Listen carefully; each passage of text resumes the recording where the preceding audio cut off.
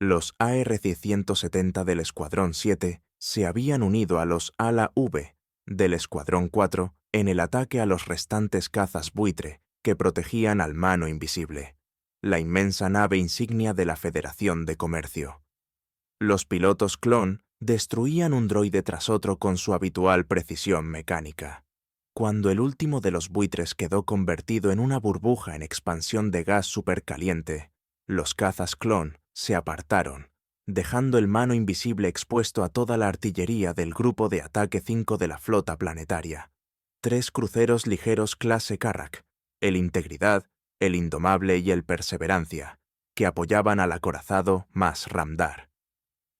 El Grupo de Ataque 5 se desplegó en triángulo alrededor del Mas Ramdar, manteniendo una órbita más elevada para empujar al Mano Invisible hacia la atracción de la gravedad de Coruscant. Los turboláseres castigaron los renqueantes escudos del Mano, pero la nave insignia repartía tanto como recibía. El Mas Ramdar ya había recibido tantos daños que era poco más que un objetivo que atraía el fuego del Mano Invisible, y el Indomable apenas era un cascarón con la mayoría de su tripulación muerta o evacuada, dirigido a distancia por su comandante y la tripulación del puente, y oscilando inseguro por las trayectorias de las rutas de escape del Mano Invisible para bloquear cualquier intento de salto al hiperespacio. Cuando sus escudos fallaron del todo, el Mano Invisible empezó a rodar, girando como la bala de un lanzacartuchos y dejando a su paso espirales de gas cristalizado que se desprendían de los múltiples agujeros de su casco. El giro le proporcionó velocidad suficiente para esquivar la puntería de sus adversarios de la República, que ya eran incapaces de seguir castigando una y otra vez el mismo lugar. Además, como sus turboláseres no eran lo bastante potentes para traspasar directamente el sólido blindaje del Mano Invisible, sus disparos formaban anillos que rodeaban la nave, carcomiendo poco a poco el casco en garrotes de fuego progresivamente cerrados. En el puente del Mano Invisible, neimoidianos recalentados permanecían atados a sus puestos de combate por las redes de seguridad antichoque. Debido al estrés, el aire apestaba a metal ardiente y a hormonas reptilianas, y la gravedad erráticamente cambiante amenazaba con añadir a la atmósfera una peste más aguda, pues el rostro de varios oficiales del puente ya había palidecido, pasando del saludable gris verdoso al rosa mareado. El único ser del puente que no estaba sujeto a su asiento caminaba de un lado a otro con una capa que llegaba hasta el suelo y que envolvía unos hombros angulosos como huesos descubiertos. Ignorando las sacudidas de los impactos y sin que le afectaran los cambios impredecibles de gravedad, daba vueltas por el puente con pisadas que provocaban chasquidos de metal contra metal. Caminaba sobre garras artificiales de duranio magnetizado, articuladas para aferrar y aplastar como las patas de un águila de sangre bratixana. Su expresión no estaba abierta a interpretaciones, dado que su cara era una máscara blanquecina de plastiarmadura cerámica estilizada que evocaba un cráneo humanoide, pero esa carencia estaba de sobra compensada por el veneno puro que destilaba su voz al sisear a través del vocalizador electrosónico de la máscara. «O se calibran los generadores de gravedad, o los desmontamos por completo», ladró a la imagen holográfica azul de un asustado ingeniero neimoidiano. «Si esto sigue así, no vivirás lo bastante para que la República te mate. Pero, señor, eso depende de los droides reparadores. Y como son droides, es inútil amenazarlos. Por eso te amenazo a ti. ¿Entendido?» Apartó la mirada antes de que el tartamudeante ingeniero pudiera preparar una réplica. La mano que extendió hacia la pantalla de proa tenía un guantelete articulado de plastiarmadura fusionado a sus huesos, de aleación de duranio. «Concentrad el fuego en el Indomable», dijo al oficial artillero principal. «Todas las baterías al máximo. Disparen para hacer el mayor daño posible. Si lo quitamos de en medio podremos saltar al hiperespacio entre sus restos. Pero las baterías delanteras ya están sobrecargadas, señor». La voz del oficial temblaba al borde del pánico. «Alcanzarán el punto crítico en menos de un minuto. Quémalas». «Pero, señor, Cuando las hayamos perdido, el resto de la objeción del oficial artillero superior se perdió en el húmedo sonido de aplastamiento que emitió su cara al recibir el impacto de un puño de plastiarmadura. Ese mismo puño se abrió, cogió al oficial por el cuello del uniforme y arrancó su cadáver de la silla, rasgando de paso la red antichoque. Una inexpresiva cara de cráneo se volvió hacia el segundo oficial artillero. «Le felicito por su ascenso. Hágase cargo de su puesto». «Sí, señor». Las manos del recién ascendido oficial de artillería temblaban tanto que apenas pudo desabrocharse la red antichoque, y su rostro adquirió un tinte mortalmente rosa. «¿Comprendes cuáles son tus órdenes? ¿Tienes alguna objeción?» «No. Muy bien», dijo el general Gribus con una calma inexpresiva. «Adelante». «Este es el general Gribus, Duracero. Duranio bañado en cerámica de plastiarmadura, servomotores y circuitos de cristal. Dentro de todo ello, los restos de un ser vivo. No respira, no come, no puede reír y no llora. Hace toda una vida fue un ser orgánico inteligente. Hace toda una vida tenía amigos, una familia, un empleo. Hace toda una vida tenía cosas a las que amaba y cosas a las que temía. Ahora no tiene ninguna de las dos cosas. En vez de eso tiene finalidad. Está incorporada en él. Está construido para intimidar. La semejanza a un esqueleto humano mezclada con extremidades construidas según el aspecto que tenían los legendarios droides bélicos de Krath es completamente intencionada. Es un rostro y una forma nacidas de las infinitas pesadillas de un niño. Está construido para dominar. Las placas de plastiarmadura cerámica que le protegen extremidades, torso y cara pueden detener la descarga del cañón láser de un caza. Esos brazos indestructibles son 10 veces más fuertes que los humanos y se mueven con la velocidad cegadora de los reflejos electrónicos. Está construido para erradicar. Esas manos de tamaño humano tienen dedos de tamaño humano por una sola razón: empuñar un sable láser. 4 de ellos cuelgan bajo su capa. Nunca ha construido un sable láser. Nunca ha comprado uno, ni ha recuperado uno perdido. Todos y cada uno de ellos fueron arrebatados de las manos muertas de los Jedi, a los que él ha matado. Personalmente. Tiene muchos, muchos trofeos como esos. Los 4 que lleva son sus preferidos. Uno perteneció al interminable Kakruk, al que venció en Ipori. Otro al Jedi Virantesi Jumar, que cayó en Bandos. Los otros 2 fueron creados por Purpot y Nistamal, a los que Gribus mató juntos en las llanuras de hierba llameante de Tobarskl, para que cada uno de ellos pudiera estar al tanto de la muerte del otro, además de la propia. Son muertes que recuerda con tanto placer que tocar esos recuerdos con sus manos de plastiarmadura y duracero le proporciona algo parecido a la alegría. Pero solo parecido. Recuerda la alegría, recuerda la ira y la frustración, recuerda la pena y el pesar. La verdad es que no siente nada de todo ello. Ya no. No está diseñado para ello. Chispas al rojo blanco saltaban y chisporroteaban entre el humo que se expandía por el vestíbulo del turboascensor. El inconsciente maestro Jedi gimió débilmente encima del hombro de Anakin.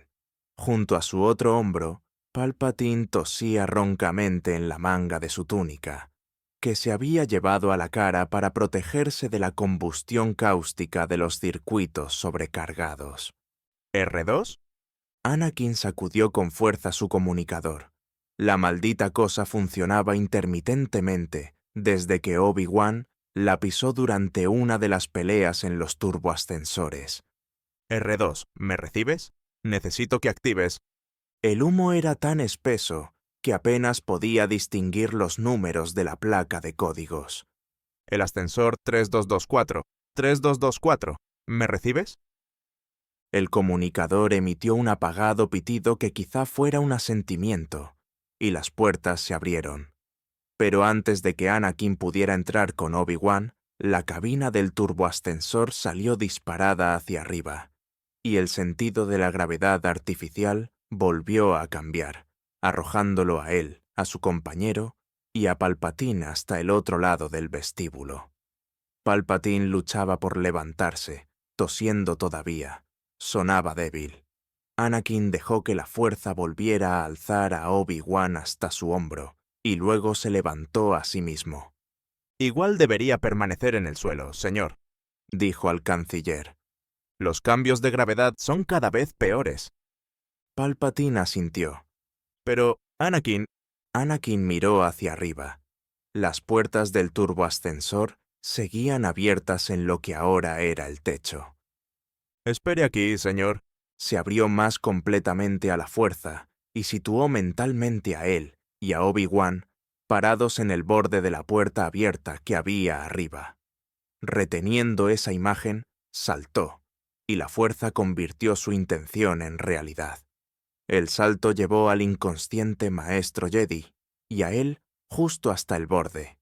El alterado sentido gravitatorio había convertido el hueco del turboascensor en un pasillo horizontal de duracero recto como un láser, sin iluminar y que se perdía en la oscuridad.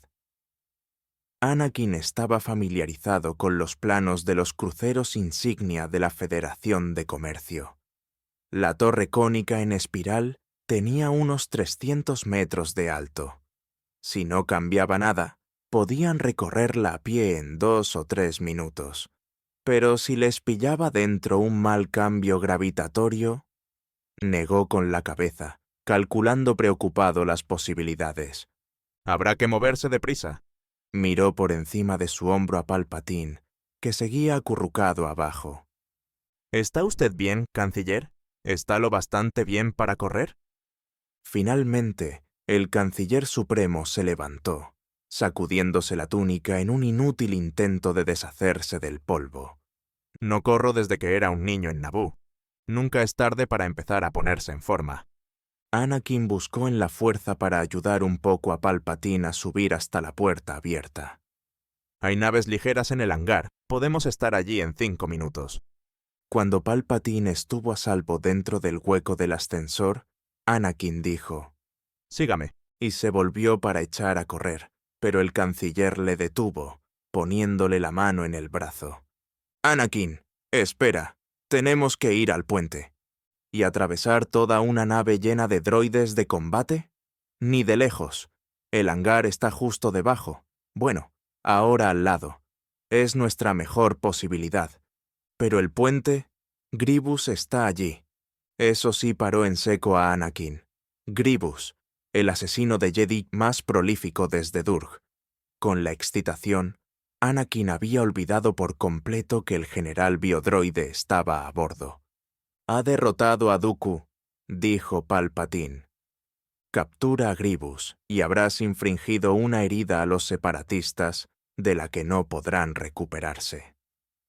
«Puedo hacerlo», pensó Anakin, sin expresión. Soñaba con capturar a Grievous desde Munilinst, y ahora tenía al general cerca. Tan cerca que prácticamente podía olerlo. Anakin no se había sentido nunca tan poderoso.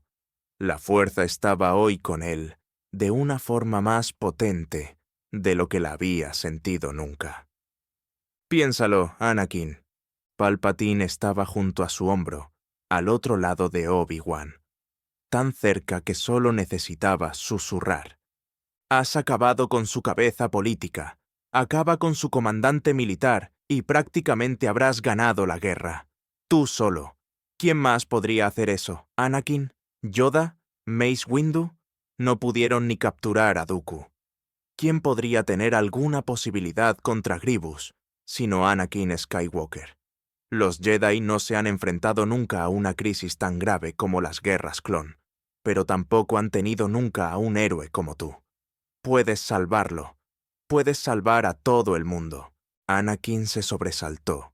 Miró fijamente a Palpatine. La forma en que había dicho eso era como una voz salida de sus sueños. Anakin intentó reírse, pero la carcajada le salió temblorosa. Eso no es lo que Obi-Wan no para de decirme. Olvida a Obi-Wan, dijo Palpatine. No tiene ni idea de lo poderoso que eres en realidad.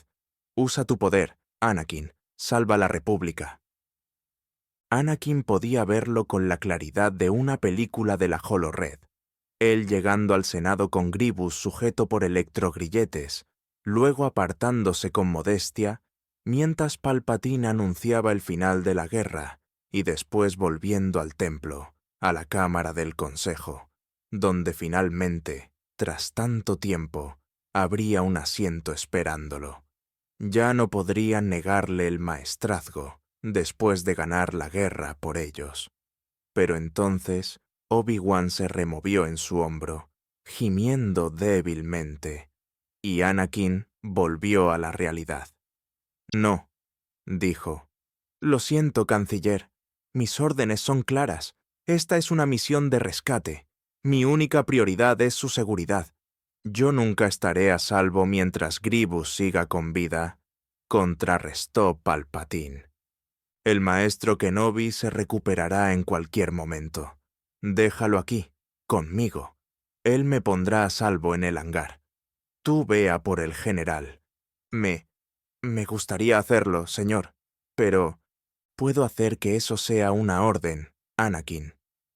Con el debido respeto, señor. Pero no puede. Yo recibo órdenes del Consejo Jedi, y las órdenes del Consejo proceden del Senado. Usted no tiene autoridad directa sobre mí. El rostro del canciller se ensombreció. Eso puede cambiar. Anakin asintió. Y quizá deba cambiar, señor.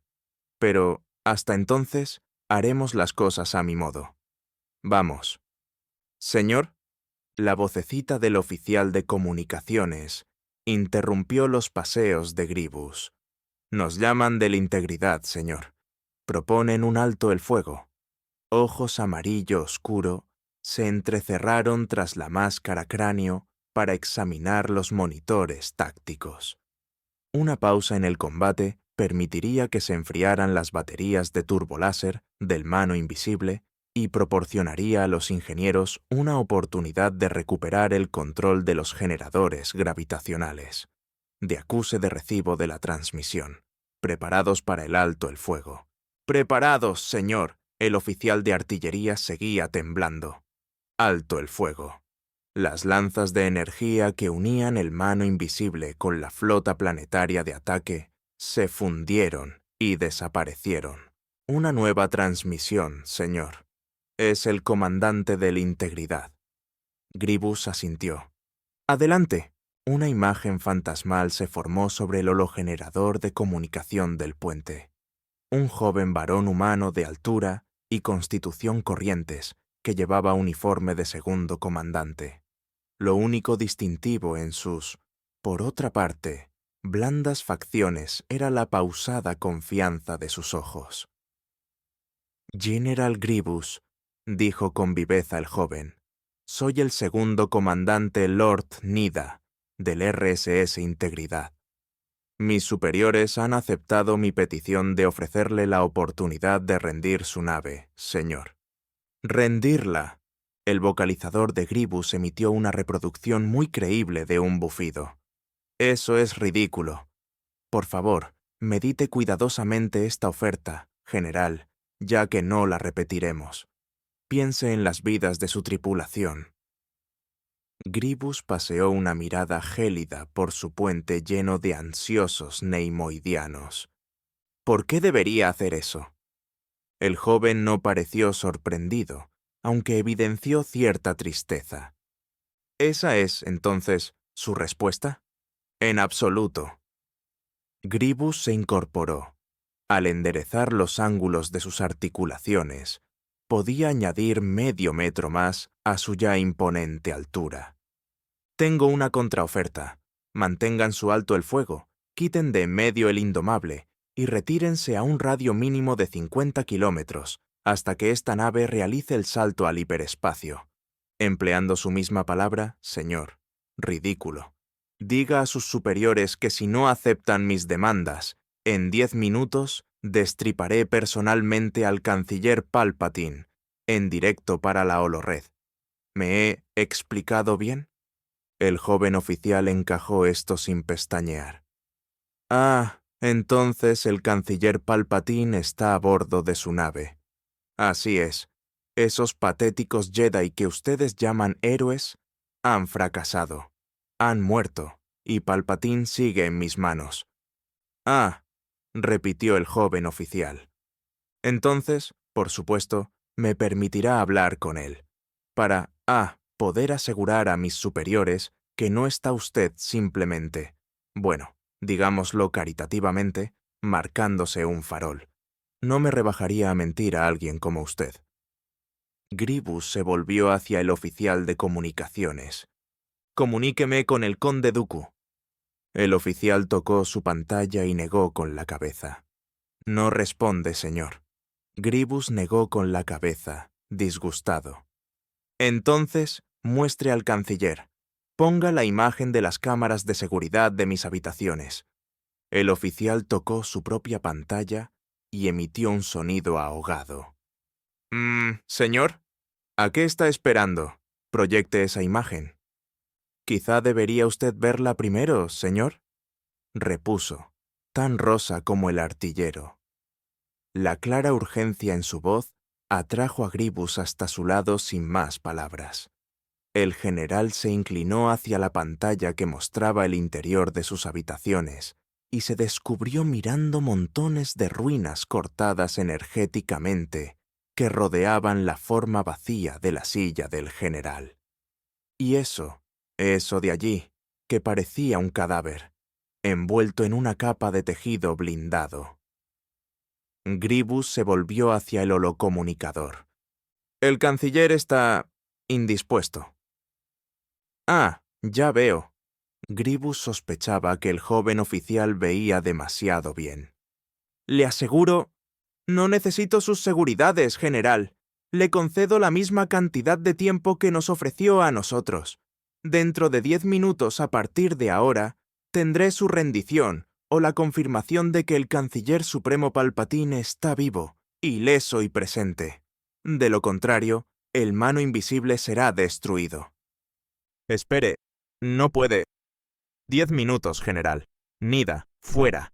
Cuando Grievous se volvió hacia el oficial de seguridad del puente, su máscara estaba tan carente de expresión como siempre, pero lo compensó con la clara intención de homicidio que vibraba en su voz. Dooku ha muerto, y los Jedi están libres. Tienen al canciller. Encontradlos y traedlos aquí. Sus dedos de plastiarmadura se cerraron en un puño que se desplomó sobre la consola de seguridad con tanta fuerza que toda ella se derrumbó convertida en una ruina chispeante y humeante. Encontradlos.